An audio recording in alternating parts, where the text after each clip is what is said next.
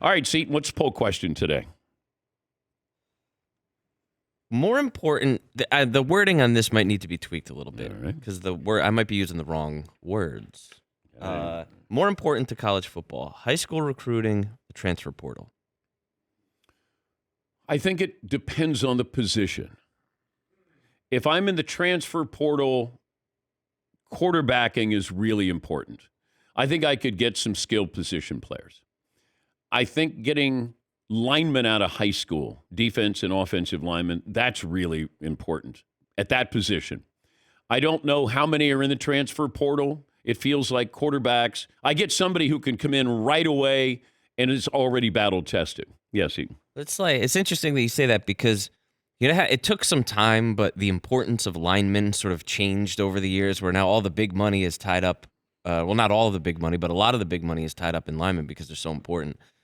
Will that eventually reflect itself in the transfer portal? Is it reflecting in the transfer portal already? I'm not sure. I do know that the offensive and defensive linemen, if you're building a really good or great college team, I want you right out of high school. I want you in the system, and then that's where you're building your dominance. In the NFL, it's about quarterback play. In college, it feels like it's all about line play. And I don't think we have enough great offensive linemen. We have a lot of great defensive linemen, but offensive linemen and trying to get them, hold on to them. That's why when Texas A&M a couple of years ago got a lot of really high recruits, what position? They were defensive linemen. And I talked to a college football source, and he said, for Jimbo Fisher to say we just out-recruited everybody, he said that's a lie. They outpaid everybody for these defensive linemen because Jimbo said, I have to get linemen who can compete against Georgia and Alabama. You can get a skilled position guy in the transfer portal, getting those offensive linemen before somebody else does, and then keeping them. That really feels like that's where these programs build their foundation. Alabama's built on that. I mean, you can go back through history. Oklahoma had offensive linemen. Nebraska always had great offensive linemen. Ohio State had, there's a common denominator here. These were teams that were built by their offensive and defensive lines. So what's the poll question you're looking at there? Anything else? Which is that the right? Is it more important to college football? Which is more impactful to a team? Okay. Could be either one of those. Okay. Because you're right, Georgia seems to have some of the biggest human beings I've ever seen year after year. Where you're like, oh my God, like this other guy, the freshman they just brought in is actually 25 pounds heavier and an inch taller. And you're like, good God, look at these dudes. But it feels like Georgia and Alabama maybe don't get the best quarterback or a highly rated quarterback as much as they always get great offensive and defensive linemen. Always. Always.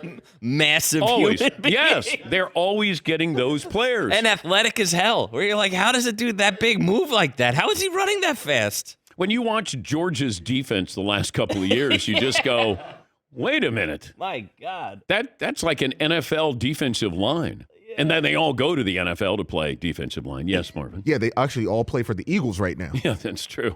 Yeah, Paulie. But you're right about the portal. It goes back to, you remember when Cam Newton joined Auburn? Next thing you know, they're in the national title game because they got that right transfer.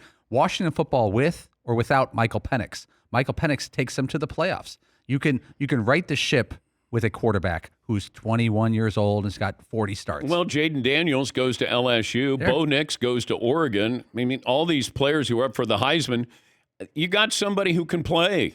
And at that position, if you take care of that, now I can worry about everything else. Instead of, we got to find ourselves a quarterback.